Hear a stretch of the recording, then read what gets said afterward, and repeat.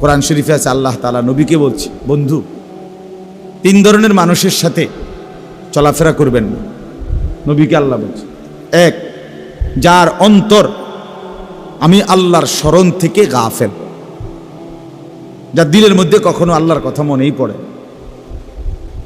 কতদিন হয় নামাজ পড়ে না, মনেও না। কতদিন হয় ফজরের নামাজ পড়ে না, জানেও না। কোনোদিন আল্লাহর কোরআন পড়তেও জানে না। কখনো একটু আল্লাহর জিকির তাসবিহ পড়বে, আল্লাহরে কোনো সময় ডাকবে একটু নীরবে, রাতে কিংবা দিনে, একাকী কিংবা প্রকাশ্যে, খবরও নেই। সারাক্ষণই দুনিয়া, খানা, খাদ্য, বাজার, ব্যবসা, টাকা পয়সা, আয় রোজগার, চাল ডাল, তেল, সাবান, বন, চা, বিস্কুট, বিড়ি, সিগারেট, মোবাইল, নাচ গান, জিনা, ব্যভিচার, দৃশ্য, অস্থিরতা, বেহায়াপনা, অসভ্যতা, খালাস, এই জিন্দেগি। আল্লাহ বলেন এমন মানুষের সাথে চলাফেরা করবেন না। অত্তাবা হাওয়াহু, 2 নম্বরে আল্লাহ পাক বলেন সর্বদাই যে মনের ইচ্ছা মতো চলে,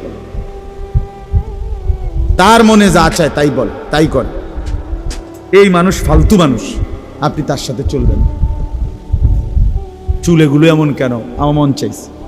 জামা এমন কেন, আমার মন চাইছে। তুমি ঘুরতেছো কেন এখানে, আমার মন চাইছে। নামাজ পড়ো না কেন, আমার মন চাইছে। ঘুমাচ্ছ কেন এখন, এখন তো ঘুমের টাইম না, সকাল 9টা বাজে, আমার মন চাইছে। রাত 2টা বাজে গেছে, ঘুমাচ্ছ না কেন, আমার মন চাইছে, ঘুমাবো না। আপনার মানে জিন্দেগির কোনো কি নাই, নিয়ম কানুন নাই। মনে যা চায়, জন্তু জানোয়ারের মতো, কুকুর বিড়ালের মতো, হাইওয়ানের মতো তাই। আল্লাহ তাআলা বলেন বন্ধু এমন ফালতু মানুষের সাথে চলাফেরা করবে। 3 নম্বর, ওয়াকানা আমরুহু ফুরুতা, প্রত্যেক কাজে যে সীমালঙ্ঘন করে, আল্লাহর হুকুমের উপরে সীমালঙ্ঘন করে। আল্লাহর হুকুম তো পালন করেই না, তদুপরি বাড়াবাড়ি করে, সীমালঙ্ঘন করে। মিথ্যা বলে তো এটার উপরে কোনো আফসোসও নাই, অন্যায় করে তো এটার উপরে কোনো অনুশোচনাও নেই, কোনো বিব্রতও না। হারাম খাচ্ছে, সুদ খাচ্ছে, বেপর্দা, বেহায়া, কিন্তু এতে কোনো আফসোস নেই। অহংকারী, সীমালঙ্ঘন। আল্লাহ তাআলা বলেন এরকম অহংকারী, অধ্যত্বপূর্ণ মানুষ থেকে চলাফেরা করবেন। ভাইয়া এই যে তোমরা যে মাঝখানে কয়েকটা ছেলে, দোস্ত এই তোমারে বলছি, অসুবিধা হলে চলে যাও ভাই, তোমরা উঠে চলে যাও। এই যে বয়স্ক 2 জন চাচার পিছনে যে তোমরা 3-4 জন ছেলে, ফাইজলামি ছাড়তে না পারলে চলে যাও বাবা, বাসায় গিয়ে ঘুমায় যাও, নয়তো গিয়ে মোবাইল টিপো।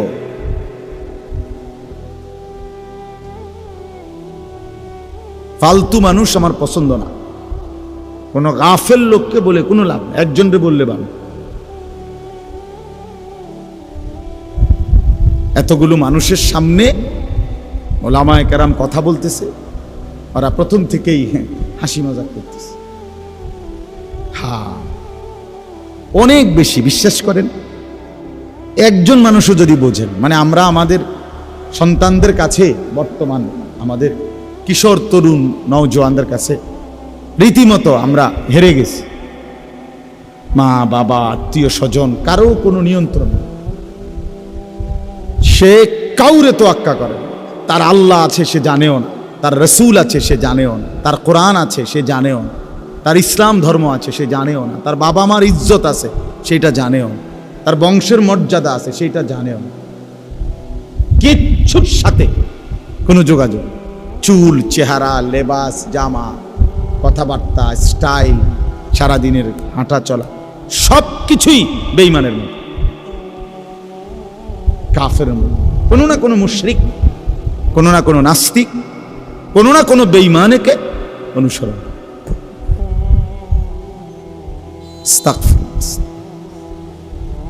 অনেক বেশি দুর্ভাগ্য এটা আমাদের, অনেক বেশি দুর্ভাগ্য, জানেন না? অনেক বেশি। বাবা মা জীবিত, অথচ আপন সন্তান 16 বছর, 14 বছর, 18 বছর বয়স, আপন মা বাবার ঘরে ঘুমায়, মুসলমানের ঘরে 365 দিনের খোদার একটা বছরে কোনো দিন ফজরের নামাজ পড়ে না। মা বাবা আছে, অথচ কত বড় জানোয়ার চিন্তা করছে, এত বড় নিকৃষ্ট জানোয়ার মুসলমানের ঘরে কেমনে ঘুমায়, এত বড় দুশ্মন কেমনে মুসলমান একদিনও ফজরের নামাজ, ভোরবেলার এই নামাজ পড়তে মনও চায় না, জানেও না কোন সময় ফজরের আজান। ওমা এইটা কি? এই মুসলমান কেমন মুসলমান? এটা রাসূলুল্লাহ সাল্লাল্লাহু আলাইহি ওয়াসাল্লাম বলছেন, মুসলমান আর কাফেরের মধ্যে পার্থক্য নামাজ। সরাসরি হাদিস, ফারকু মা বাইনানা ওয়া বাইনাল কুফরি আস-সালাহ। সরাসরি নবীজি বলছেন, আমাদের মাঝে আর কাফেরের মাঝে পার্থক্য নামাজ, আগা কাটা না। আমরা তো বুঝছি যে আগা কাটলে কয় মুসলমান, আগা না কাটলে মুসলমান না। না, আগা কাটার লগে এটা সম্পর্ক না। ওইটা তো হলো খতনা করা, ওইটা একটা আমল, ইসলামের সুন্নাত আমল। বাচ্চাকে যে খতনা করায় এটা একটা ইসলামের একটা আমল, নবীজির একটা আমল এটা। কিন্তু কোনো মানুষ মুসলমান না বেঈমান, এটা পার্থক্যর প্রমাণ কি বলেন সবাই? হ্যাঁ, নবীজি বলছে আল আহদুল্লাযী বাইনানা ওয়া বাইনাহুম আস-সালাহ। নবীজি বলছে আমাদের মাঝে আর মুনাফিকের মাঝে পার্থক্য, অঙ্গীকার নামাজ। মানে ঈমানদার নামাজ পড়ে, মুনাফিক নামাজ পড়ে, মুমিন নামাজ পড়ে, কাফের নামাজ পড়ে। রাসূলুল্লাহ সাল্লাল্লাহু আলাইহি ওয়াসাল্লাম বলেছেন, মান তারাকা সালাতাম মুতাআম্মিদান ফাকাদ কাফারা। নবীজি বলেছেন ইচ্ছে করে যে নামাজ ছেড়ে দিল সে কুফরি করলো,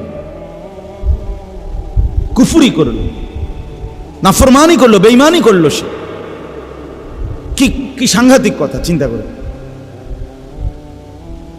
এত বড় কথা শোনার পরে যদি কলজা না কাঁপে, তার কারণ হইল, আসল কথা হইল তার ঈমানের কোনো কদর, ইসলামের কোনো কদর তার কাছে নাই। সে যে মুসলমান এই পরিচয়ের কারণে সে আরো লজ্জিত। অনেক মানুষের চেহারা সুরত দেখলে বোঝা যায় উনি আসলে মুসলিম পরিচয়ের কারণে শর্মায়। হ্যাঁ হ্যাঁ, লজ্জিত উনি, মানে মূলত কইতারেন আর কি মুখে, ভিতরে ভিতরে উনি চেহারা, চুল, দাড়িবিহীন চেহারা, হ্যাঁ, লেবাসে, পোশাকে, চলাফেরায়, উপার্জনে, সর্বকিছুতে আল্লাহ এবং রাসূলের নাফরমানি করে শুধু মুখে সাহস করতে পারতেছে না, কিন্তু দিলের মধ্যে এটাই বোঝায় যে আসলে ইসলাম আমার মোটেই পছন্দ, মোটেই পছন্দ। কিন্তু দিলের মধ্যে আমি আর আপনি না বুঝলাম না, কিন্তু দিলের মধ্যে কার কি আল্লাহ তো জানে। আল্লাহ বুঝে কিনা বলেন? ইয়াউমা তুবলাস সারাইর, কোরআনুল কারীমের মধ্যে আছে আল্লাহ তাআলা বলেন, বান্দা হাসরের ময়দানে আমি তোমার অন্তরের ভিতরের বিষয়গুলো খুলে দেব। ফালা ইয়ালামু ইদা বুসিরা মা ফিল কুবুর ওয়া হুসিলা মা ফিস সুদূর। আল্লাহ বলেন, কবর থেকে হাসরের ময়দানে যখন উঠানো হবে, আমি রব্বুল আলামিন তোমার অন্তরের ভিতরের কথাগুলো প্রকাশ করে দেব। দিলের মধ্যে কি ছিল, বাহ্যিক গুলো তো বলবোই, দিলের গুলোও বলবো। ওয়া শাহিদা আলাইহিম সাবউহুম ওয়া আবসারুহুম ওয়া জুলুদুহুম বিমা কানু ইয়ামালুন। আল্লাহ বলেন, নাফরমান, তোমার কান, তোমার চোখ, তোমার সারা দেহের অঙ্গর চামড়া সবটা আমি আল্লাহর কাছে তোমার জিন্দেগির ব্যাপারে সাক্ষী দেবে। পুরা দেহ, পুরা দেহ, হাত, পাও, চোখ, নাক, কান, জবান, জিহ্বা, সব কিছু সাক্ষী পেশ করবে। এজন্য বাপ ছেলেরা, বাস্তবতাই এটা যে আমি সবসময় বলি আত্ম উপলব্ধি বড় সম্পদ। আমি যদি এতটুকু না বুঝলাম আসলে আমি কে, আমি কোত্থেকে আসলাম, আমারে কে পাঠাইলেন, আমারে কি করতে বললেন, আমি করতেছি কি, এত্তুর দেমাগ, এত্তুর আকল যদি কারো মাথায় না ধরে, এ মানুষ কিভাবে? মুসলমান তো দূরে থাক, আর এতে মানুষ হয় কেমন? যার এতটুকু কমন সেন্স নাই, এতটুকু আকল দিমাগ নাই। বলো ভাই, তোমরা যারা এখানে বসা অনেক ছেলে, তোমরা চেহারা দেখলে বুঝাই যায় এক ওয়াক্ত নামাজ পড়ো না। আমার নাহলে আমি দাঁড় করাই দেব, বেনামাজির দাঁড় করাই যাবে। বেনামাজি তো অসভ্য, আর অসভ্যরে চিনা যায়। বেনামাজি তো নির্লজ্জ, বেহায়া। বেনামাজি তো জন্তু জানোয়ার, ওরে চিনা যায় তো। ওর চেহারার মধ্যে কোনো রসকস থাকে না, দয়া মায়া থাকে না, সৌন্দর্য থাকে না, ভদ্রতা থাকে না, মানবতা থাকে না, ইনসানিয়ত থাকে না, মনুষ্যত্ব থাকে না। আল্লাহ তাআলা সমস্ত গুণ, উত্তম আখলাক, জীবনের সকল সৌন্দর্য বেনামাজি থেকে ছিনায় নেয়। আর বান্দা যখন নামাজ পড়ে, খোদার কসম আল্লাহ কোরআনে বলছে, বান্দা পুরা নামাজে আমি আল্লাহ সরাসরি তোমার দিকে তাকায় থাকি। আল্লাযী ইয়ারাকা হিনা তাকুম ওয়া তাকাল্লুবাকা ফিস সাজিদিন। রব্বুল আলামিন বলেন, বন্ধু আপনি যখন নামাজে দাঁড়ান, আমি আল্লাহ সরাসরি আপনাকে দেখি। ওয়া তাকাল্লুবাকা ফিস সাজিদিন, আপনি যখন আমার বান্দাদের সাথে রুকু দেন, সেজদা দেন, আমি আল্লাহ তখনও আপনাকে সচক্ষে দেখি, পুরা দেখতে থাকি। আল্লাহর রহমের নজর পড়তে থাকে তার উপরে। এই জন্য বাপ আমার, এ কেমন জিন্দিগি? আমার কথা হলো, এত বিবেক তো থাকবে, এতটুকু আকল যদি কাজ না করে, আমি কেন আসলাম, কোত্থেকে আসলাম, কে পাঠাইলো আমারে, কেন পাঠাইলো? এক ওয়াক্ত নামাজ পড়তে মন চায় না, এটা কি ধরনের মুসলমান ভাই? একটাবারও কি তোমরা ভাবো না? ছেলেরা বলো ভাই, কোনোদিন যে ফজরের নামাজ পড়ো না, তোমার কি কোনোদিন মনে পড়ে না যে তুমি কিসের মুসলমান? তোমারে কি লেগে মুসলমান বলতো? কেন, মানে কোন যুক্তিতে বলতে পারে মুসলমান? 30 বছর ধরে যে সুদ খায়, এই হারাম খোররে কি লেগে মুসলমান কইতো? কথা বলেন না কেন? হ্যাঁ, 30 বছর ধরে যে মহিলা বেপর্দা, এই অসভ্য বেপর্দা নারীকে কেন মুসলমান বলতো? কি লেগা, মানে কি কারণ? মুসলমান ঠেকা পড়ে গেছে না, মুসলমান ঘাটতি পড়ে গেছে। প্রতিনিয়ত আল্লাহকে যে বৃদ্ধাঙ্গুলি দেখায়, প্রতিনিয়ত রাসূলুল্লাহ সাল্লাল্লাহু আলাইহি সাল্লামের সুন্নাতকে, দ্বীনকে যে বৃদ্ধাঙ্গুলি দেখায়, তারে কেন বলবে মুসলমান? বলেন, আপনার বিবেক দিয়া ভাবেন। শক্ত বললাম আর কি, কথাটা শক্তই বলে ফেলছি, ইনসাফের সাথে জবাব দেন, নয়তো দাঁড়াইয়া জবাব দেন, জবাব দেন। প্রতিনিয়ত, আরে একটা মানুষ তো হুচট খায়, একটা মানুষ পিছলা খায়, একটা মানুষ পড়ে যাইতে পারে, ঠিক আছে, ভুল হবে, পিছলা খাবে, পড়ে যাবে, ভুল হবে, অপরাধ হবে, গুনাহ হবে। খোদার কসম, গুনাহ আমারও আছে, গুনাহ আপনারও আছে, এটা তো কোনো কথা না, দোষের কথা না। দোষ তো হইল গুনার উপরে লাগাতার ধারাবাহিক। এটা কোন ধরনের মুসলমান? আমার 6 মাসের মধ্যে একদিন জামাত ছুটে গেছে, হইতে পারে। আমার 10 দিনের মধ্যে, 15 দিনের মধ্যে, 1 মাসের মধ্যে কোনোদিন ফজরের নামাজ উঠতে দেরি হয়ে গেছে, সেটা তো হইতে পারে। কিন্তু লাগাতার প্রতিদিন এক জিন্দিগি, আপনি প্রতিদিন মিশা কথা কইবেন? কথা বলেন, এটা কি একটা যুক্তি হইল? বলো ভাই, আমার কথা তো এইটা না। ভুল তো আমারও আছে, ভুল তো আপনারও আছে, অপরাধ আমারও আছে, আপনারও আছে।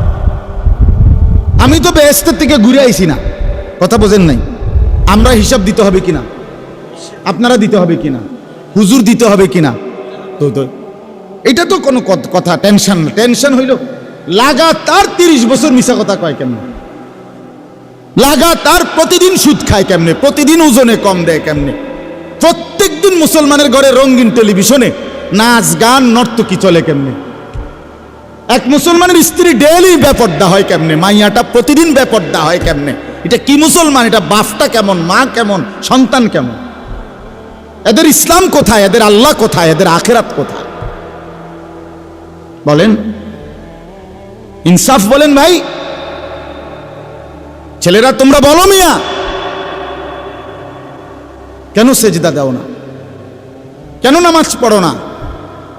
কেন আল্লাহর কথা মনে পড়ে না? কেন এত বড় জালেম হলা? কেন এত বড় সীমা লঙ্ঘনকারী হলা? কেন এত বড় অহংকারী হলা? কেন যে মনিবকে চেনো না? কোরআনুল কারীমের মধ্যে আছে, ইবলিসকে আল্লাহ বলছে, ইবলিস একটা সেজদা দিলি না, তুই তো অহংকার করলি। ফামা ইয়াকুনু লাকা আন তাতাকাব্বারা, তুই কি জানো না আমি আল্লাহর সামনে অহংকার করা সাজে না। আল্লাহ বলছেন একটি সেজদা না দেওয়াতে, খোদার কসম, সূরা আরাফের মধ্যে আছে, আল্লাহ বলছেন একটি সেজদা না দেওয়ার কারণে ইবলিসকে আল্লাহ বলছে তুমি অহংকারী। আর আল্লাহ বলছেন আলাইসা ফি জাহান্নামা মাসওয়াল লিল মুতাকাব্বিরিন, আল্লাহ বলছে কোরআনে সমস্ত অহংকারীদের ঠিকানা শুধুই জাহান্নাম। ভাইয়া শুধু ওয়াজ না, গতানুগতিক একটা মাহফিল করা দরকার ছিল, এই জন্য মাহফিল হলো। প্রতি বছর আমরা একটা ওয়াজ হয় দেখিয়া হইল না রে ভাইয়া, জীবনটা এতটুকু হলে হবে না। আল্লাহ আনাইছে, আল্লাহ বসাইছে, আল্লাহ তৌফিক দিছে বলে আমরা বসছি।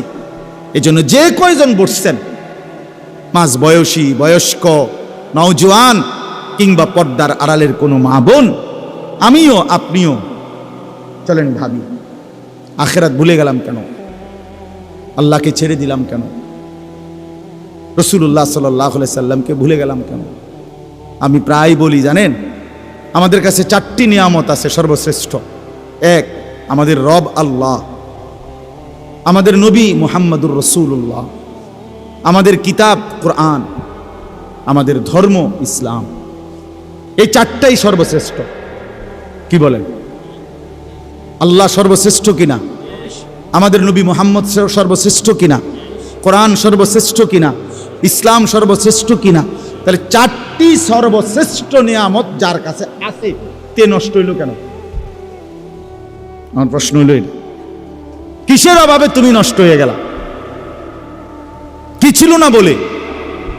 কি পাও নাই বলে? বলেন, ইহুদিদের কাছে কোনো সঠিক আসমানি কিতাব যেটা আল্লাহ নাজিল করছিলেন মুসা নবীর উপরে, খোদার কসম সারা পৃথিবীর বর্তমানে যত ইহুদি তাদের কাছে সেই কিতাবটা নাই। যেটা আছে সেটা ভুল। খ্রিস্টানদের কাছে সারা পৃথিবীর যে ইউরোপ কান্ট্রির যত খ্রিস্টান, এই আমেরিকা বলেন, লন্ডন বলেন, ইউরোপ বলেন, কোন খ্রিস্টানের কাছে, জাদুঘরেও চ্যালেঞ্জ, এটা প্রকাশ্যে বললাম, তারাও স্বীকার করে তাদের কাছে আল্লাহ কর্তৃক নাজিলকৃত যে আসমানি কিতাব ইনজিল ঈসা নবীর উপরে নাজিল হয়েছে যেটা, এটা নাই, আসলি কিতাব নাই তাদের কাছে। যেটা আছে এটা তাদের বানোয়াটি, তাদের নিজেদের রচিত। ঈসা আলাইহিস সালামকে আসমানে তুলে নেওয়ার কমপক্ষে 600 বছর পরে, আরো পরে, এটা নিজের বানায় বানায় লিখছে। সকালে একবার ঠিক করে, বিকালে একবার ঠিক করে। হ্যাঁ হ্যাঁ, মন মতো ঠিকঠাক করে। আসমানি কিতাব আবার ঠিক হয় কেমনে? এটা তো ঠিক হইয়াই নাজিল হইছে। কথা বলছেন নাই আপনি? আচ্ছা, হিন্দু ধর্মের কোনো বই একটারও কোনো আসমানি কিতাবের সাথে কোনো সম্পৃক্ততাই নাই। এগুলো তাদের কারো না কারো বানানো। এই রামায়ণ, ভগবত, বেদ, পুরাণ, গীতা, এগুলো এদের বানানো এক কিচ্ছা কাহিনী, গল্প, এই আজে বাজে কথাবার্তা যা আছে আছে। আচ্ছা যাক, কিন্তু আসমানি কিতাব না। কথা বুঝেন নাই কি? তাইলে কারো কাছে, শুধুমাত্র খোদার কসম মুসলমান ব্যতীত গোটা পৃথিবীর কারো কাছে আল্লাহ তাআলার পক্ষ থেকে নাজিলকৃত কিতাব নাই। শুধু আছে আমাদের কাছে একমাত্র।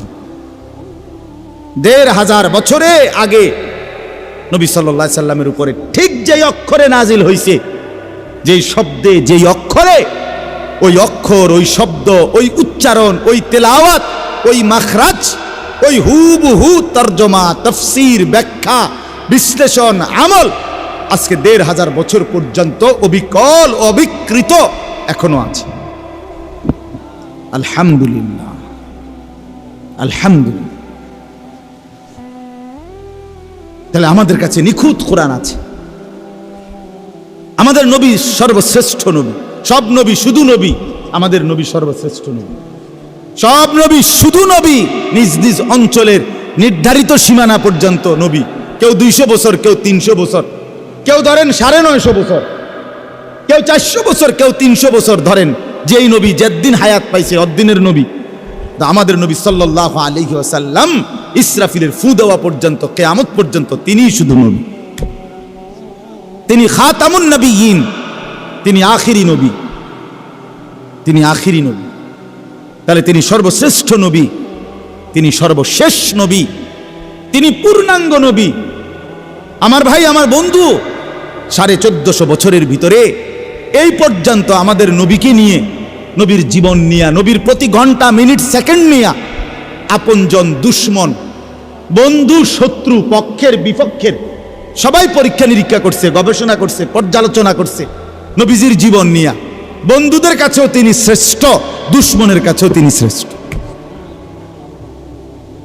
রাসূলুল্লাহ সাল্লাল্লাহু আলাইহি সাল্লামের সাজ গোছ, চলা ফেরা, উঠা বসা, চাল চলন, কথাবার্তা, লেনদেন, আয় রোজগার, ঘর সংসার, রাষ্ট্র, দেশ, জাতি, রাজনীতি, রাষ্ট্র পরিচালনা, সকল বিষয়ে সমস্ত ইমানদারদের কাছেও তিনি সর্বশ্রেষ্ঠ, সমস্ত বেঈমানদের কাছেও তিনি শ্রেষ্ঠ।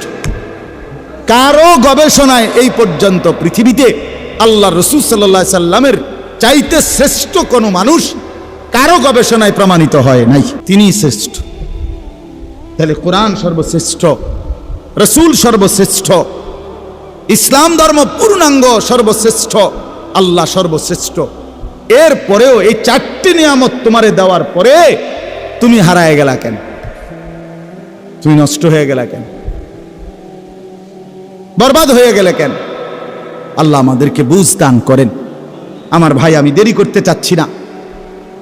এই রাত গভীরে এতটুকু বললাম ইনসাফের সাথে। ভাই, একজন হলে আমরা বুঝি, সব সময় আমি সব সময় বলি একসাথে সবাই বদলায় না, হবে না। আমি একদিনে সবাই বদলায় না, আমরা এটা এই নিয়তে বলিও না। আমরা জানি আমাদের শুধুই বলা জিম্মাদারি, পরিবর্তন কে হবে সেটা আল্লাহরই ফয়সালা। হেদায়েত আল্লাহই দেন, শুধু আল্লাহই দেন। চূড়ান্ত ফয়সালা কার হাতে? আল্লাহর হাতে, আল্লাহর হাতে। দুনিয়ার বিষয় ও আখিরাতের বিষয়। এই জন্য আমি অনুরোধ করলাম আর কি, আমরা যে কয়জন বসছি, বয়স্ক হোক আর মাঝ বয়সী হোক আর নওজোয়ান হোক, আমাদের ভাবা উচিত আমরা কেন আল্লাহকে ছেড়ে দিলাম। একটা যুক্তি তো দাঁড় করানো উচিত যে আমি এই যুক্তিতে আল্লাহকে ছেড়ে দিছি। কেন নামাজ ছেড়ে দিলাম ভাইয়া? একটা যুক্তি দাঁড় করান, আমি এই যুক্তিতে নামাজ ছেড়ে দিছি। হালাল উপার্জন কেন ছেড়ে দিলেন? যে আমি চাইছি হুজুর 10 বছর হালাল কামাই করে চাইছি, আমার সংসার চলে না। একটা যুক্তি দাঁড় করান। 10 বছর আমি সত্য বলে চাইছি, আমার জিন্দিগি চলে না মিছা কথা ছাড়া। কই এমন কারো হইছে কি? তো বলে কেন ছেড়ে দিলাম আল্লাহকে? কেন ছেড়ে দিলাম রাসূলুল্লাহ সাল্লাল্লাহু আলাইহি সাল্লামকে? কেন কোরআনকে ছেড়ে দিলাম? কেন ইসলামকে ছেড়ে দিলাম?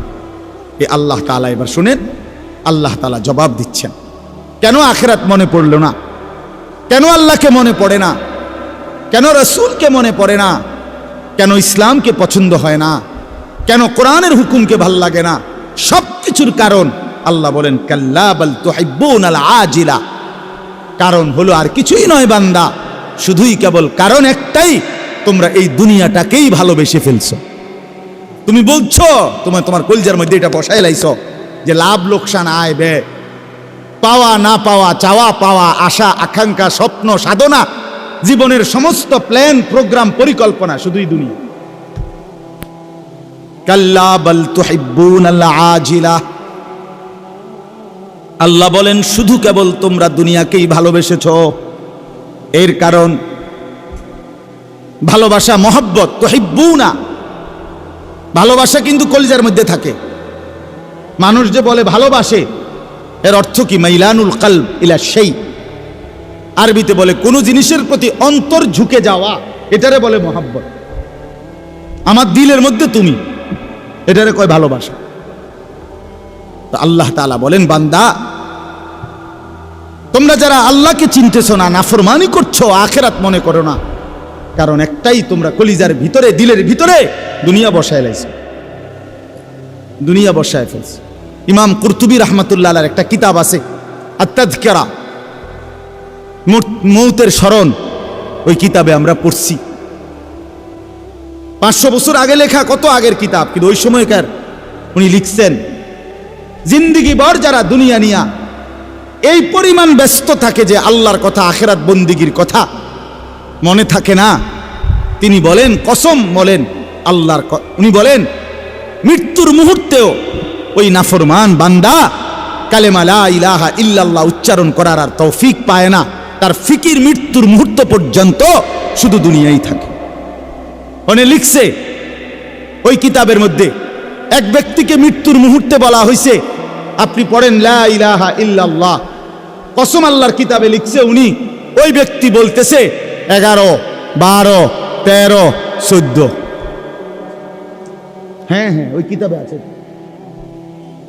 এক ব্যক্তিকে বলছে মৃত্যুর মুহূর্তে আপনি পড়েন লা ইলাহা ইল্লাল্লাহ, ওই কিতাবে লিখছে ইমাম কুরতুবী রাহমাতুল্লাহ আলাইহি, সে বলতেছে 3.5, 4.5, 5.5। আল্লামা তাকি উসমানী দামাত বারাকাতুহুম, সারা পৃথিবী বিখ্যাত আলেম বর্তমান পৃথিবীতে, ওনার বয়ানের মধ্যে আমরা পড়ছি, উনি বলছেন এক দুনিয়াদার সারাদিন দুনিয়া দুনিয়া দুনিয়া দুনিয়া সারাদিন দুনিয়ার কামাই করে। এই ব্যক্তিকে কেউ জিজ্ঞেস করছে, পরকালে মৃত্যুর পরে জান্নাতে যাইবেন না জাহান্নামে যাইবেন, কি ভাবছেন? সে বলছে, উত্তর দিছে, সরাসরি কিতাবে আছে, আমার কাছে কিতাব আছে। সে উত্তর দিছে, বাবু জান্নাত না জাহান্নাম সেটা কোনো আমার প্রশ্ন না, জেনে 2টা পয়সা লাভ হয় আমার হেনে দিও, ওইটা জান্নাত না জাহান্নাম এটি তোমরা চিন্তা করো, আমার দরকার হলো 2টা পয়সা কি হওয়া লাভ। হ্যাঁ হ্যাঁ, মনে তো হয় হাসি, কিন্তু বাস্তবতা এমন। এই সমাজের অসংখ্য মুসলমান এমন আছে, বয়স্ক 60, 70, 80 বছর বয়স, মৃত্যু সজ্জায় বিস্তার পড়ে গেছে। আপনি বইলে শুনবেন জীবনের শেষ আকাঙ্ক্ষা কি, এ শুয়ে শুয়ে শেষ আফসুস করতে আছে, আহা জিন্দিগিরা তো শেষ, মরে যাওয়ার টাইম হইছে। এই ছোট নাতিকার, এই নাতিকার যদি বউটা চাইয়া যাইতে পারতাম, এই মাইয়াগা যদি বিয়ে দিয়ে যাইতে পারতাম, শেষ ফোলাগা যদি বিদেশ পাঠাই দিতে পারতাম, হ্যাঁ বাড়িটার লগে দিয়া 2টা শতক জায়গা যদি আল্লইয়া সাইডটা যদি মিলাই দিতে পারতাম। কি মিথ্যা বললাম? এমন নাই? আমি তো চিনি ভাই, আমি দেখছি মিয়া, আমি কি শান্তের দেশে থাকি নাকি? আমি তো শান্তের দেশের মানুষ, আমি এই দেশের মানুষ না। তো আমার বাড়ি তো নাঙ্গলকোট, আমি চিনব না কেন? বয়স্ক লোক, ওনার ছেলে মেয়ে, ছেলের জন্য মেয়ে খুঁজতেছে। আমি কইলাম, আপনি এরকম অস্থির হয়ে গেলেন কেন? তার দাদা, খবরটা আমার শুনাইতে আছে, তার দাদা কয় এত অস্থির হইয়া মেয়ে খুঁজতেছে ছেলের জন্য, কয় যে তার দাদা ওয়াশ নিয়ে আস বুঝিনি, মানে নিঃশ্বাসে নিঃশ্বাসে ওয়াশ নিয়ে আসের মধ্যে তার দাদা তার এই নাতির বউর লেগা আকাঙ্ক্ষা, মানে আর জু এবার তো মরে যাবো, আজরাইল ঘুরতে আছে চারিদিকে, শুধু বউগা সাউনের লেগে হাবড়া বাকি। কারণ ওনার কলজার মধ্যে এটা ঢুকছে, কবরের মধ্যে গেলে ওনার প্রথম প্রশ্ন করবে, আপনার নাতির বউয়ের নাম কি? এটা হলো কবরের প্রথম সুয়াল। হায় মুসলমান, হায় মুসলমান, হায় মুসলমান। এই মূল কারণ হলো কলজাটার ভিতরে দুনিয়া বসায় ফেলছে। ইসাকালতুম ইলাল আরদ, আল্লাহ বলছেন তোমরা বান্দা মাটিটাকে কামড়াইয়া আঁকড়াইয়া ধরে রাখছো না, জমিনটাকে, পৃথিবীটাকে আঁকড়াইয়া ধরে রাখছো না, কোনোভাবেই মরতে চাচ্ছ না। কিন্তু তুমি কি জানো না বান্দা, দুনিয়া যে তোমারে থাকতে দিবে না। তোমার দাদা মরতে চায় নাই, তোমার দাদা থাকতে পারে নাই। তোমার বাপ মরতে চায় নাই, তোমার দাদা বাপ থাকতে পারে নাই। এই পৃথিবীর কেউ মরতে চায় নাই, কিন্তু কেউ থাকতেও পারে না। তুমি থাকবা কেমনে? আমি থাকবো কেমনে? আমার দাদারে তো আমি নিজ চোখে দেখছি। কই আমার দাদা তো এখন নাই। আমার নানিরে আমি নিজ চোখে দেখছি, কই তারা তো নাই। আমার মা, আমার বাবা, আমার দাদা, চাচা, মামা, ফুফা, খালু, কত মানুষ। মা আছেন এখনো, বাবা নাই। আমার সেই সুন্দর চেহারার বাপ, ওনায় তো অনেক দিন হয়েছে আর দেখি না, এখন খবরে চলে গেছেন সে কত আগে। দুনিয়া আমারে থাকতে দিবে কেমনে? নওজোয়ান ভাই, তোমারও তো থাকতে দিবে না।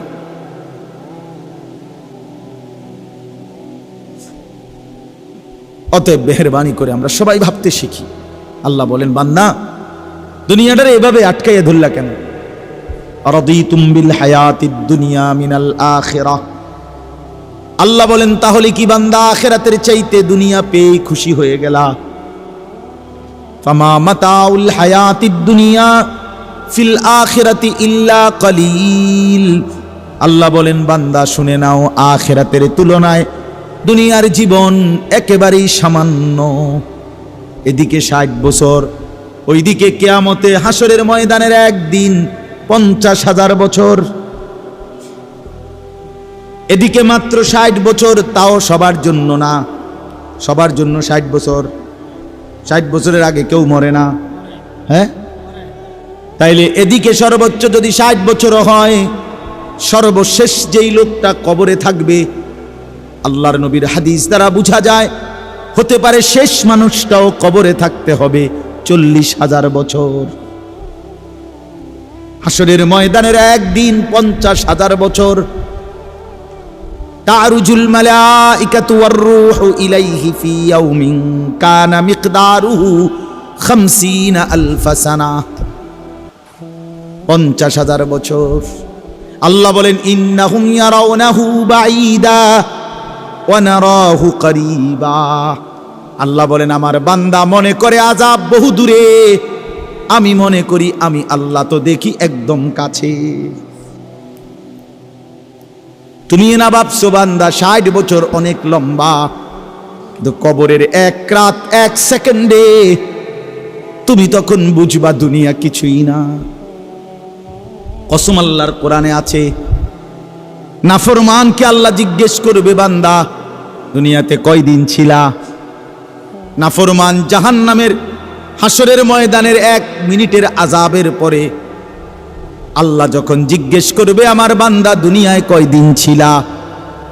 কোরআনুল কারীমের মধ্যে আছে, বলবে নাফরমান, লাবিসনা ইয়াওমান আও বা'দা ইয়াউম। আল্লাহ দুনিয়াতে ছিলাম সর্বোচ্চ 1 দিন অথবা তার চাইতে কম। হয়তো ছিলাম 24 ঘন্টা, নয়তো ছিলাম 12 থেকে 14 ঘন্টা। তার মানে 60 বছর তখন 24 ঘন্টা মনে হবে, 12 ঘন্টা মনে হবে। 60 বছর দুনিয়ায় যে কোনোদিন কষ্ট পায় নাই, কিন্তু আল্লাহর হুকুম মানে নাই। কসম আল্লাহর নবী বলেন, আল্লাহ তাআলা বলবেন একজন ফেরেশতাকে, আমার এই নাফরমান বান্দা যে জীবনে কোনোদিন দুঃখ দেখে নাই, তারে জাহান্নামের বাহির দিয়া ঘুরাইয়া আনো, আর জাহান্নামের দরজায় 1 সেকেন্ডের জন্য দাঁড় করাইবা, যেন 1টা সেকেন্ড জাহান্নামের বাতাস তার বুকটার মধ্যে শুধু লাগে। এরপরে আবার হাসরের ময়দানে নিয়ে আসো। আল্লাহ রসুলের হাদিস, ফেরেশতা তারে জাহান্নামের 4 দিকে ঘুরাইয়া বাহিরে জাহান্নামের গরম বাতাস 1টা সেকেন্ডের জন্য বুকে লাগাইয়া আল্লাহর সামনে এনে দাঁড় করাবে। রব্বুল আলামিন তখন জিজ্ঞেস করবে, বান্দা দুনিয়ার জীবনটা তো বড় আরামসে কাটাই আসছো, ঠিক না? আল্লাহর নবী বলেন ওই নাফরমান বলবে, আল্লাহ আপনার জাতের কসম করে বলি, দুনিয়ার জীবনে সুখ কি জিনিস আমি জীবনে দেখি নাই।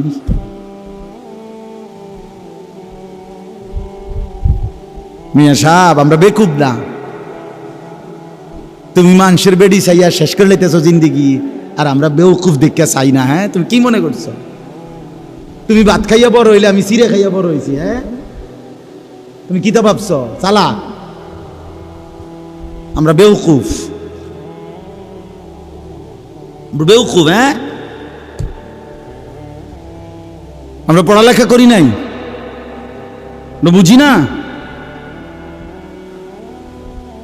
অনেক ছেলে পেলে আছে, মনে করে যে হে খুব চালাক, খুব চালাক, বাবা চুল ফিরায় একটু পর পর ব্যারামের কারণে। যত লোক ছেলে পেলে দেখবেন চুল পিছনে দিকে প্রতিবন্ধী।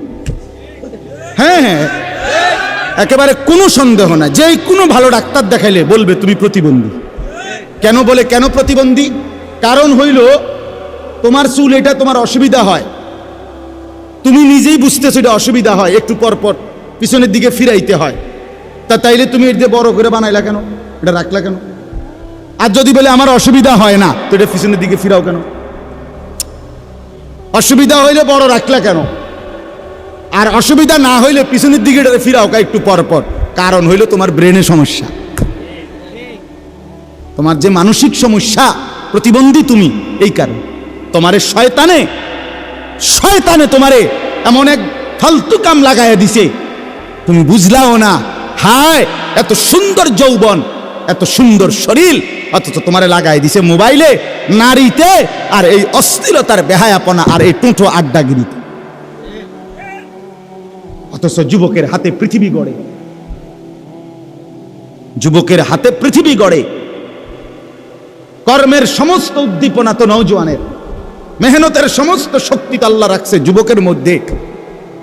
বাচ্চা তো বাচ্চাই, মুরব্বী বয়স্ক তো বয়স্কই, শক্তি তো কেবল যৌবনেই। কোরআন শরীফে আছে আল্লাহ পাক শিশুকালকে বলছে দুর্বল, বৃদ্ধকালকেও আল্লাহ বলছে দুর্বল, শুধু যৌবন কালকে আল্লাহ বলছে কুওয়াতান, কুওয়াত, শক্তি, শক্তি। কিছু করলে তো যৌবনই করবে। এজন্য চলেন ফিকির করি, ভাবতে শিখি। কেন আল্লাহকে ছেড়ে দেব, কেন আখিরাত ভুলে যাব আমরা? আমার ভাই আপনারাই বলেন, এই অল্প কয়েকজন মানুষ আমরাই ভাবি কেন কেন ভাইয়া নামাজ ছেড়ে দেব, কেন আখিরাত ছেড়ে দেব? তো আল্লাহ বলেন কাল্লা বাল তুহিব্বুনাল আজিলা, আমার বান্দার কোনো কারণ নাই, তোমরা দুনিয়াটাকেই ভালোবেসে ফেলছো। ওয়া তাদারুনাল আখিরা, আর আখিরাতকে ছেড়ে দিয়েছো। আখিরাতকে ছেড়ে দিয়ে, আখিরাতকে যে ভুলে যায়, আল্লাহর সামনে দাঁড়ানোকে যে ভুলে যায়, বিশ্বাস করেন তার জীবনে আর কোনো নিয়ন্ত্রণ থাকে না। যে একবার এটা কলজার মধ্যে থেকে সরায় ফেলে, আর হুজুরের কথা রাখবে না, প্রত্যেক কথায় হুজুরের এটা নিয়ে আনিস না বেড়া, সব কিছুতে হুজুরের, হ্যাঁ কোরআন কিতাব লইয়া বাড়াবাড়ি করো, হ্যাঁ বেটা রাখো। এই যে একটা মানসিকতা, বাজারে ইসলামের আইনো না, ব্যবসাতে ইসলাম আইনো না, রাজনীতিতে ইসলাম ধরো না, হ্যাঁ রাষ্ট্র পরিচালনার ক্ষেত্রে ইসলাম আইনো না, এই জায়গায় জায়গায় এরকম ক্রস দিতে দিতে, বাদ দিতে দিতে উনি মনে করছে বুদ্ধিমান, উনি মনে করছেন চালাক। একটা পর্যায়ে আইসা আল্লাহ তাআলা বলেন ওয়া তাদারুনাল আখিরা, মূলত আখিরাতকে ছেড়ে দিছো আর দুনিয়াটাকেই মহব্বত করে নিছো। তো মনে রাখো, তুমি মানো কিংবা না মানো, স্বীকার করো বা না করো, আল্লাহ তাআলা বলছেন মরতে চাও বা না চাও, তুমি আখিরাত বুঝো বা না বুঝো, তোমারে কিন্তু হাসরের ময়দানে যাইতেই হবে। কথা বলেন না কেন? মরতে হবে, কথা বলেন না, যাইতে হবে শেষ পর্যন্ত, কোনো সন্দেহ না, কোনো সন্দেহ। রাষ্ট্রের অনেক আইন কানুন জানি না বলে আমি, তাই বলে আইন বাদ হয়ে যায় না, এটা আমার দোষ, আমি জানলাম না। কথা বোঝেন নাই আমার? যেন আমরার গাড়ি শহরে বন্দরে অনেক সময় গাড়ি পুলিশ চেক করে, এটা দেওয়া জিগায়, ওইটা জিগায়। তো এখন যদি বলে যে আপনার এটা নাই, আপনি এটার ফাইন দিতে হবে, জরিমানা। মানে আমি যদি বলি যে স্যার আমি তো এই আইন জানি না, তো উনি কি বলবো, আপনি যেহেতু আইন জানেন না আপনারা ছেড়ে দিলাম, এটা নিয়ম না? না আপনি আইন জানেন না কা, এটা তো আমার বিষয় না। এই জন্য ভাইয়া, আমি আপনি যদি স্বীকার করি বা না করি, বুঝতে চাই বা না চাই, আখিরাত নিশ্চিত, হাসরের ময়দান নিশ্চিত। আল্লাহ বলেন সেই হাসরের ময়দানে যখন আসবা, তো বান্দা তোমাদের দুইটা অবস্থা হবে, বুজুহু ইয়াউমাইদিন নাযিরা, কিছু মানুষের চেহারা থাকবে হাস্যোজ্জ্বল, হাসি মুখ, ইলা রাব্বিহা নাযিরা, আর সেই হাস্যোজ্জ্বল চেহারার মানুষগুলো সরাসরি আল্লাহ পাককে দেখতে থাকবে। দুই, ওয়া বুজুহু ইয়াউমাইদিন বাসিরা, কিছু মানুষের চেহারা থাকবে মলিন, মলিন হয়ে যাবে চেহারা। আল্লাহ বলেন তাদুন্নু আন ইউফআলা বিহা ফাকিরা। এই সাংঘাতিক এই শব্দটার অর্থ। আল্লাহ বলেন নাফরমান হাসরের ময়দানে মলিন চেহারা হয়ে থাকবে, আর সে বুঝে ফেলবে আন ইউফআলা বিহা ফাকিরা, আজকে এই হাসরের ময়দানে আল্লাহর আযাব তার কোমর ভাঙ্গা দিবে। এই শব্দের অর্থ এটা। ফাকিরা অর্থ কোমর। আল্লাহ বলে নাফরমান বুঝে ফেলবে আজ আল্লাহর আযাব তার কোমর ভাঙ্গা লাগবে, মানে সোজা আর দাঁড়ায় থাকতে দিবে না। একটা আসার দিবে ফেরেশতা, একটা আসার। হাদিসের মধ্যে আছে কবরে প্রথম ঘন্টায়, প্রথম মিনিটে প্রশ্নের জবাব দিতে না পারলে কবরের মাটি, ডান দিকের মাটি বাম দিকে, বাম দিকের মাটি ডান দিকে, এত জোরে নাফরমানকে চাপ দিবে তাখতালিফা আদলাউহু। আল্লাহ নবী বলেন ডান দিকের হাড্ডি পাঁজর কর কর করে ভাঙ্গা ওই পাশে চলে যাবে, ওই পাশের হাড্ডি ভাঙ্গা এই পাশে চলে আসবে। কসম আল্লাহ। তাদুন্নু আন ইউফআলা বিহা ফাকিরা কাল্লা ইদা বালাগাতিত তারাকিয়া। আল্লাহ বলেন সত্যি সত্যি যখন আজরাইল রূহ টান দিবে, নাফরমানের রূহটা একটা টানে কণ্ঠনালীর কাছে চলে আসবে, ভীষণ ছটফট করবে। অকিলা মান রাক, লোকের আশপাশে তখন চিৎকার দিয়ে বলবে তারে চিকিৎসা করবে কে? ডাক্তার ডাকো, ওজা ডাকো, বৈদ্য ডাকো, চিকিৎসক ডাকো, ঝাড়ফুঁক করো, ফু দাও, এই করো সেই করো। অযান্না আন্নাহুল ফিরাক, আল্লাহ বলে কিন্তু সে বুঝে ফেলবে সে দুনিয়া থেকে এই মুহূর্তে বিদায় নিয়ে নিবে। মানুষগুলো না বলছে ডাক্তার ডাকো, এই ডাকো সেই ডাকো, কিন্তু নাফরমান তো বুঝে ফেলছে মৃত্যু যন্ত্রণা শুরু হয়ে গেছে, আজরাইল চলে আসছে, এই মুহূর্তে তাকে দুনিয়া থেকেই চলে যেতে হবে। ওয়ালতাফাতিস সাকু বিসাক, আল্লাহ বলেন ভয়ে আর আতঙ্কে তার পায়ের গোছা যেমনে আছে এমনে পড়ে থাকবে, পাওটুকু একটু নাড়াইবার মতো শক্তি কিংবা হিম্মত তার আর হবে না।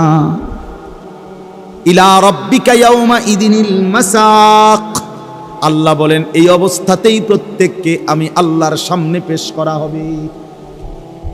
আল্লাহ এবার ফয়সালা করবে। তো জাহান্নামের ঘোষণা যখন দেবে, আল্লাহ বলেন কেন কেন জাহান্নামী হবে এই নাফরমান? এই শেষ কথাগুলো শুনেন যুবক ভাই, তুমিও শোনো। আল্লাহ বলেন মৃত্যুর যন্ত্রণা কঠিন হবে কার?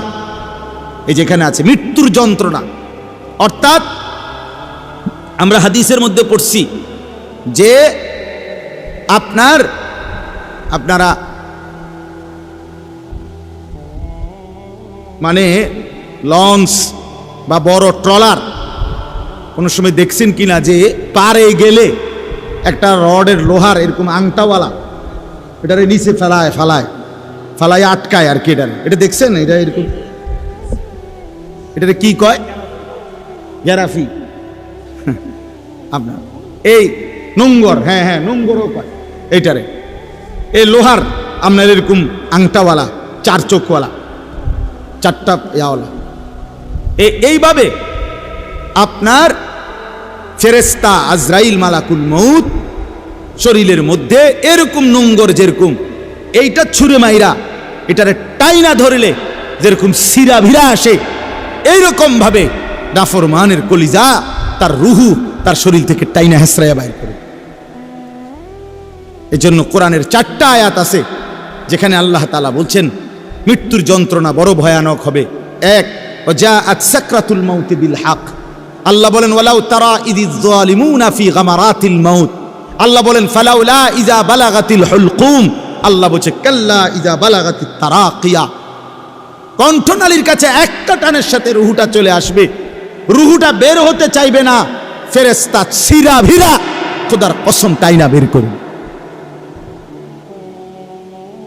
হ্যাঁ, আল্লাহ বলেন কেন এমন পরিণতি হলো, কেন এমন নির্মম মৃত্যু হলো, কেন আজরাইলে তো কষ্ট দিয়া বের করলো কেন? আল্লাহ বলেন ফালা সাদ্দাকা ওয়ালা সাল্লা, কারণ হলো সে আল্লাহর উপরে বিশ্বাস করে নাই আর ওয়ালা সাল্লা নামাজ আদায় করে নাই। এই জন্য ভাই আমার, আল্লাহর দোহাই, যে নামাজ পড়ে না তার মৃত্যুটা বড় কঠিন হবে, খুব কষ্টের হবে। এই আয়াতে স্পষ্ট, মৃত্যু বড় কঠিন হবে তার। এরপর আল্লাহ বলেন ওয়ালাকিন কাযযাবা ওয়া তাওয়াল্লা, বরং সে কি করেছে, আমি আল্লাহকে মিথ্যা মনে করেছে আর আমি আল্লাহর হুকুম থেকে মুখ ফিরায় নিস, মুখ ফিরায় নিস। আল্লাহ তাআলা বলেন সুম্মা যাহাবা ইলা আহলিহি ইয়াতামাত্তা, আমার নাফরমানি করে নিজ পরিবার পরিজন বন্ধু স্বজনের সাথে অহংকারের সাথে হাঁটাচলা করছে। মানে একে তো নাফরমানি করছে, আবার বউ বাচ্চা নিয়ে এমন ভাবসাব চলাফেরা, অপরাধী অথচ কোনো অনুশোচনা লজ্জিত কোনো ভাব নেই, সুদখোর, কিন্তু এটা যে অপরাধ খবরও নাই। এর চেহারা শুধু দেখলে বুঝাও যায়, এমনি তো হারামখোর, কিন্তু চেহারা শুধু দেখলে বুঝাও যায় না, ভাবসাব এমন ফুর্তিতে আছে, বউ বাচ্চা নিয়ে খাইতে আসে, ঘুমাইতে আসে, মজা করতে আসে, টেলিভিশন দেখতে আসে, চা খাইতে আসে, বন খাইতে আসে, বিড়ি খাইতে আসে, সিগারেট খাইতে আসে, বেড়াইতে আসে পার্কে, বউয়ে পার্কে ঘুরে, ছেলে মোবাইল টিপে, মেয়ে আরেক ছেলের লগে কথা বলে, তাই নিয়ে নিজেও ঘুরে গারে, বাহ রঙের গুড্ডি উড়াইতে আসে, মানে বাহ বাহ, অসাধারণ অসাধারণ। আল্লাহ তাআলা বলেন বান্দা আউলা লাকা ফাআউলা সুম্মা আউলা লাকা ফাআউলা, চারবার বলছে এই শেষ কথা। আল্লাহ বলছে তোমার জন্য দুর্ভোগ, অতঃপর আবার বলছি তোমার জন্য দুর্ভোগ, আবার বলছি তোমার জন্য দুর্ভোগ, আবার বলছি তোমার জন্য দুর্ভোগ, চারবার। আউলা লাকা ফাআউলা সুম্মা আউলা লাকা ফাআউলা, কয়বার হলো? চার। কেন চারবার বলছে? একবার তোমার লাঞ্ছনা হবে মৃত্যুর সময়, রূহ কবজের সময়। দুই, তোমার লাঞ্ছনা হবে, তোমার উপরে কষ্ট লাঞ্ছনা দেওয়া হবে কবরে। তিন, হাসরের মাঠে। চার, জাহান্নাম। তুমি চার জায়গাতেই কষ্ট পাইবা বান্দা। আয়াহসাবুল ইনসানু আন ইউতরাকা সুদান, আল্লাহ তাআলা বলছেন বান্দা মানুষ তুমি কি এই ভেবেছো আমি তোমাকে এমনি এমনি বানাইছি না? তোমার দুগা ভাত খাওয়াই দেখা, এই দুনিয়া একটু চলতে ফিরতে দিছি দেখা তুমি মনে করছো আমি তোমাকে এমনি এমনি বানাইছি? কোনো উদ্দেশ্য নাই, কোনো টার্গেট নাই। এজন্য ভাই শেষ কথা আমার, এতগুলো আয়াতের তরজমা বলে এই কথাই বুঝাইতে চাই, আমরা যেন আখিরাত না ভুলি। আল্লাহকে ভুলে গেলে আর জীবনের কিছুই থাকে না। রাসূলকে ছেড়ে দিলে মুমিনের আর কোনো মূল্যই থাকে না। ইসলামকে বাদ দিলে মুসলমানের আর কিছুই থাকে না। কোরআনকে না চিনলে ইমানদারের আর থাকে। এই জন্য চলেন, এই অল্প কয়জন মানুষ কষ্ট করছেন, বৃষ্টির ভিতরেও কষ্ট করে আপনারা বসছেন কাদার মধ্যে। আল্লাহ তাআলা আপনাদের এই বসার মধ্যে বরকত দান করেন। যুবক ভাই, তোমাদের কাছে আমার অনুরোধ ভাই, স্বাভাবিক চুল রাখো ভাইয়া। এই জঙ্গলি চুল, এই সেলুন কাটিং চুল, এবং এই যে সামনে ডানে পিছনে বামে এই চুলগুলো যাদের বড় বিভিন্ন মডেলের সেলুন কাটিং, এই বিভিন্ন ডিজাইন, কসম আল্লাহর ভাইয়া এগুলা মুসলমানের চুল না। তুমি খবর নিও, এগুলা সরাসরি কাফেরের চুল, বেঈমানের চুল, মুরতাদের চুল, সরাসরি কাফেরের চুল। মুসলমান এত ফালতু হয় না, মুসলমানের যুব সমাজ এত বাজে হয় না। দয়া করে সবাই নামাজ পড়ার চেষ্টা করি। আল্লাহ তাআলা আমাদেরকে তৌফিক দান করে। একটা মাদ্রাসা, আমার শায়েখ সবসময় বলে, আল্লামা মুফতি মুশতাকুর নবী সাহেব, মাদ্রাসা তিন জিনিস চায়: মুসলমানের দোয়া, মুসলমানের সন্তান, মুসলমানের সম্পদ, মাল দৌলত, দান সাদাকা। এই জন্য আমারও অনুরোধ রইল, মাদ্রাসার জন্য দোয়া করবেন, মাদ্রাসায় আপনাদের সন্তানদেরকে পড়তে দিবেন এবং মাদ্রাসায় নিয়মিত দান সাদাকা করবেন।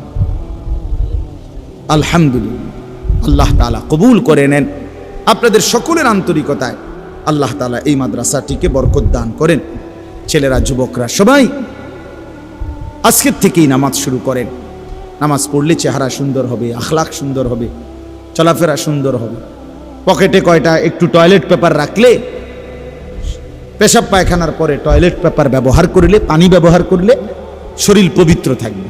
আর পবিত্র শরীরে নামাজের কথা ফেরেশতা মনে করাই দিবে। আমাদের অনেক ছেলে পেলে বলে, মূল একটা বড় বিষয়, কেন নামাজ পড়ে না? শরীর নাফাক যে, হ্যাঁ কাপড় ভালো না, প্যান্ট ভালো না, প্যান্ট ভালো 18 বছরের দামরা মুত্তা ফানি লয় না, দামরা এটা।